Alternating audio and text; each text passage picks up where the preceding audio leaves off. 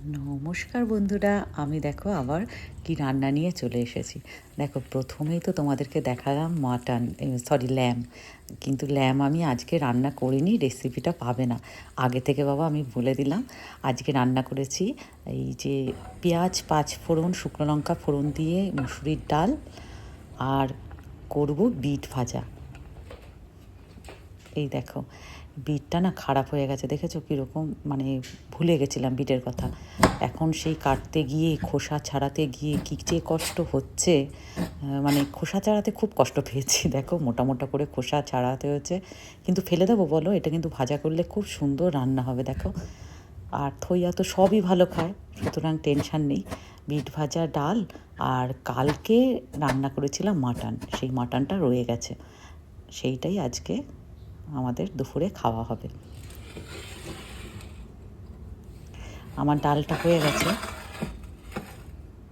আর এই হচ্ছে আমি পিঠ ভাজা করব। পিঠ ভাজা তো খুবই সহজ, তাও আমি তোমাদের সাথে শেয়ার করছি। আমি শুকনো লঙ্কা ফোড়ন দিয়ে নিয়ে মাস্টার্ড অয়েলে বিটটা দিয়ে দিয়েছি, নুন হলুদ দিয়ে সিম্পল ভাজা হবে, আর লাস্টে আমি না চিনি দিয়ে দেবো।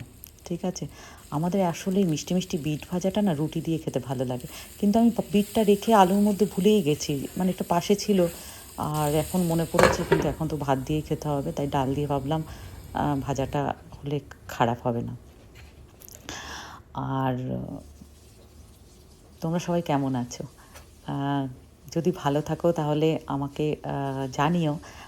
আমি একটু মানে কানেক্টিং ফিল করি। আমি এর আগেও বলেছি তোমাদের এই কথাটা, তোমরা কমেন্ট করলে আমার ভালো লাগে। যাই হোক,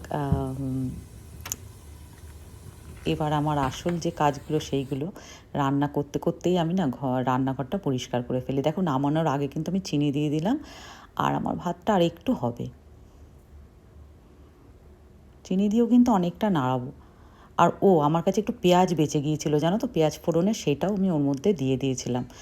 এমনি না কোনো ভাজাভুজি যদি নিরামিষ একদম না খাও, তাহলে একটু পেঁয়াজ দিলে কিন্তু ভালোই লাগে। আর যারা একটু রসুন খাও, 2-1 টুকরো রসুন দিলেও ভালো লাগে। তবে আমার রসুন অত ভালো লাগে না, আমি ওই জন্য দিইনি। আর ভাতটাও হয়ে গেছে, ভাতটাও নামিয়ে নিলাম।